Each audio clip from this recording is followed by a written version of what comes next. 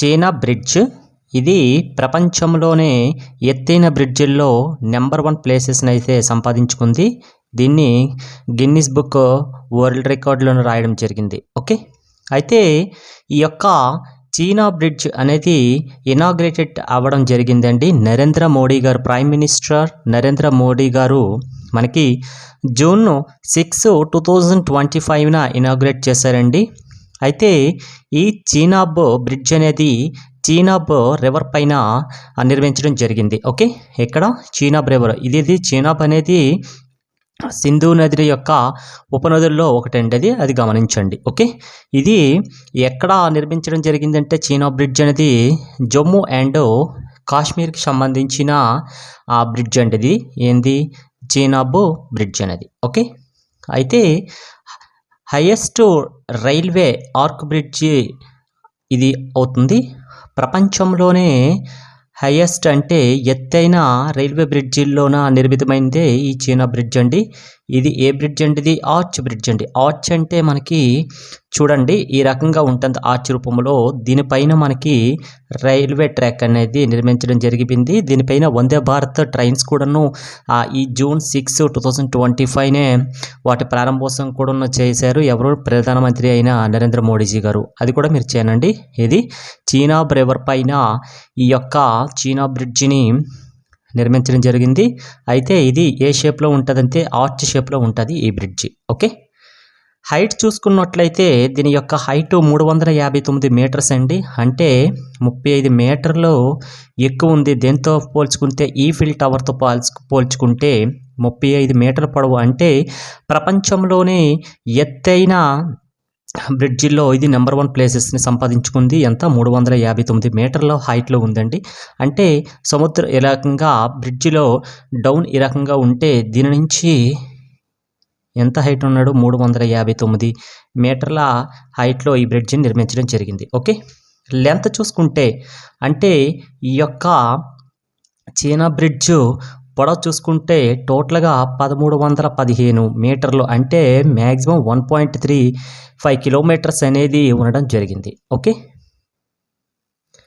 Next ఈ యొక్క కన్స్ట్రక్షన్కి, ఈ చైనా బ్రిడ్జి కన్స్ట్రక్షన్కి అయ్యే ఖర్చు 1486 కోట్ల వ్యయంతో ఈ యొక్క బ్రిడ్జిని కన్స్ట్రక్ట్ చేయడం జరిగింది.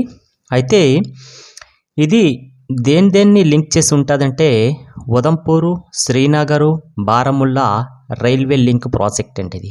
అంటే ఇది జమ్మూలో ఉన్న ఉదంపూర్ నుంచి శ్రీనగర్ అలాగే బారాముల్లా అంటే కాశ్మీర్ యొక్క ప్లేసెస్కి ఇవన్నీ కూడా లింక్ చేసిన ప్రాజెక్ట్ అండి. వెరీ మోస్ట్ అంటే USBRL ప్రాజెక్ట్ ఇది. ఓకే, నెక్స్ట్ చూసుకుంటే కనెక్టింగ్ దేనికి చేసింది, బక్కల్ అండ్ కారీ విలేజెస్కి. ఇవి రియాసీ అనే డిస్ట్రిక్ట్ దగ్గర ఈ యొక్క చీనాబ్ నది పైన ఈ యొక్క చైనా బ్రిడ్జ్ అనేది నిర్మించడం జరిగిందండి. ఆ డిస్ట్రిక్ట్ చూసుకుంటే రియాసీ డిస్ట్రిక్ట్ దగ్గర ఈ యొక్క చైనా బ్రిడ్జ్ కన్స్ట్రక్షన్ అనేది జరిగింది. ఎక్కడ, ఇది జమ్మూ కాశ్మీర్లో ఉంది. ఓకే, అయితే ఈ కన్స్ట్రక్షన్లో మనకి steel and concrete arch bridge ఇది. ఓకే, స్టీలు కాంక్రీట్ యూజ్ చేశారు ఎక్కువ. నెక్స్ట్ ఫీచర్స్ చూసుకుంటే ఈ యొక్క చైనా బ్రిడ్జ్ యొక్క ఫీచర్స్ చూసుకుంటే ద మెయిన్ ఆర్చ్ 462 మీటర్స్ అండి.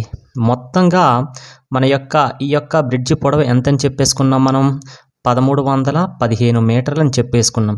ఇందులో ఈ బ్రిడ్జ్ పొడవులో మనకి చీనాబ్ నది పైన ఈ బ్రిడ్జ్ వెళ్తుంది కాబట్టి జస్ట్ ఈ ఆర్చ్ ఈ ఉంది కదా, ఈ ఆర్చే మ్యాక్సిమం 467 మీటర్స్ అండి. అంటే మ్యాక్సిమం 1/2 కిలోమీటర్స్ ఈ ఆర్చే ఉంటుందండి ఈ నది పైన, అది గమనించండి. ఓకే, మనకి ఓవరాల్గా లెంత్ అడిగితే 1315 చైనా బ్రిడ్జ్ యొక్క పొడవు. కానీ ఓన్లీ ఈ ఆర్చ్ యొక్క పొడవే ఎంత నడిచిన మనకి అడిగినట్టుగా 467 మీటర్స్ అనేది ఈ ఆర్చ్ పొడవు. ఓకే, నెక్స్ట్ ఇది 28,000 మెట్రిక్ టన్స్ స్టీల్స్ యూజ్ చేశారండి ఈ కన్స్ట్రక్షన్లో. ఓకే, నెక్స్ట్ దీన్ని ఎవరు డిజైన్ చేశారు అంటే ఈ యొక్క చైనా బ్రిడ్జ్ యొక్క డిజైనింగ్ ఇంజనీర్స్ కంపెనీ ఏది అంటే కెనేడియన్ కంపెనీ అండి, WSP. ఓకే, ఏ కంపెనీ, కెనేడియన్ కంపెనీ, గమనించండి. ఓకే. నెక్స్ట్ ఇక్కడ ఈ యొక్క చీనా బ్రిడ్జిలో మనకి 17 స్టీల్ పిల్లర్స్ యూజ్ చేశారండి. కాంక్రీట్ పిల్లర్స్ కాదు, చూసుకోండి స్టీల్ పిల్లర్స్, ఎన్ని 17 స్టీల్ పిల్లర్స్ యూజ్ చేశారు. అలాగే ఇన్స్టాల్ చేశారండి ఆర్చ్డ్, ఈ ఆర్చ్ ఉంటుంది కదా, దీన్ని ఎక్కడ ఐరన్ బేస్లను ఇన్స్టాల్ చేయడం జరిగింది. ఓకే. ఈ యొక్క పార్ట్స్ ఉంటాయి కదా, ఇవి దేనిలో కాంక్రీట్ దీనికి మనకి బేస్ చేయలేదండి, ఐరన్ బేస్తో ఈ యొక్క బ్రిడ్జిని చేయడం జరిగింది. ఏ స్పెషల్ కేబుల్ క్రేన్ అండి, చూడండి ఏ స్పెషల్ కేబుల్ క్రేన్ సిస్టమ్ అండి. ఇది కేబుల్ క్రేన్ సిస్టమ్ కూడాను మనకి ఈ యొక్క చీనాబ్ నది పైన నిర్మించడం జరిగిందండి. అంకి కార్డ్ బ్రిడ్జ్ అంటారు. ఇది కూడాను మనకి చీనా బ్రిడ్జికి లింక్ అయిన కేబుల్ బ్రిడ్జ్ అండి. ఇది కూడాను మన యొక్క భారతదేశంలోనే మొదటి ప్లేస్కి ఈ కేబుల్ క్రేన్ సిస్టమ్ అనేది రావడం జరిగింది. కేబుల్ క్రేన్ బ్రిడ్జ్ కూడా ఇదేనండి. Okay, use the first time అండి ఇది మన ఇండియన్ రైల్వేస్లోన. నెక్స్ట్ డిజైన్ చేసింది మనకి కంపెనీస్ చూసుకున్నట్లయితే అసలు ఈ డిజైన్ చేయడానికి రీజన్ ఏంటి చూద్దాం ఫస్ట్. ఇదేంటి, with stand strong winds of 266 km/h అంటే చాలా 266 కిలోమీటర్ల గంటకి వేగంతో వీచే గాలులను కూడా తట్టుకునే కెపాసిటీ ఉందండి దీనికి.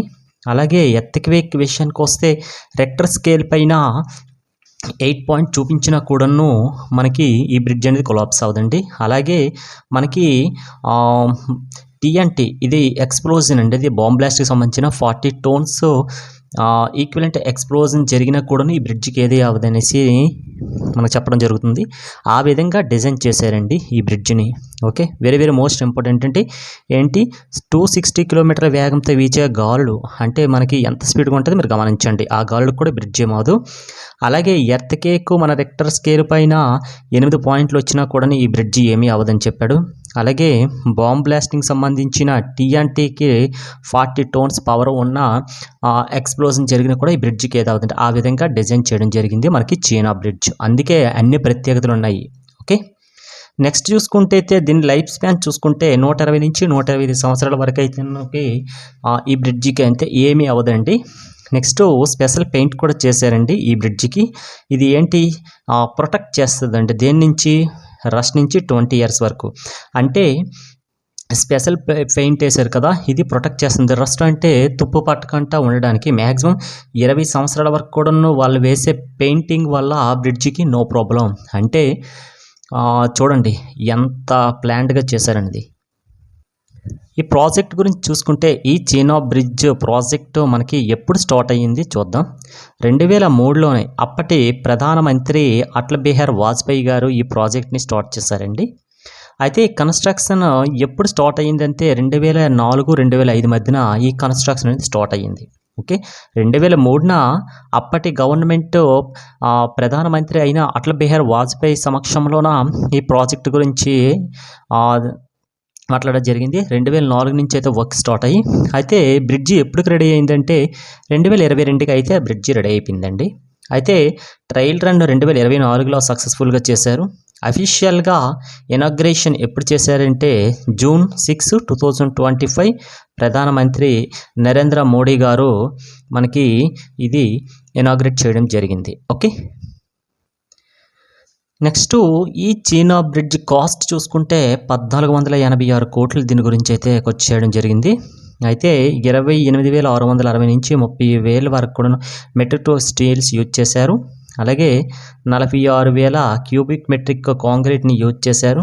అలాగే 6 lakhs బోల్ట్స్ ఇన్స్టాల్ చేశారండి. దేర్ ఆర్ నో పిల్లర్స్, దీనికి పిల్లర్స్ లేవండి.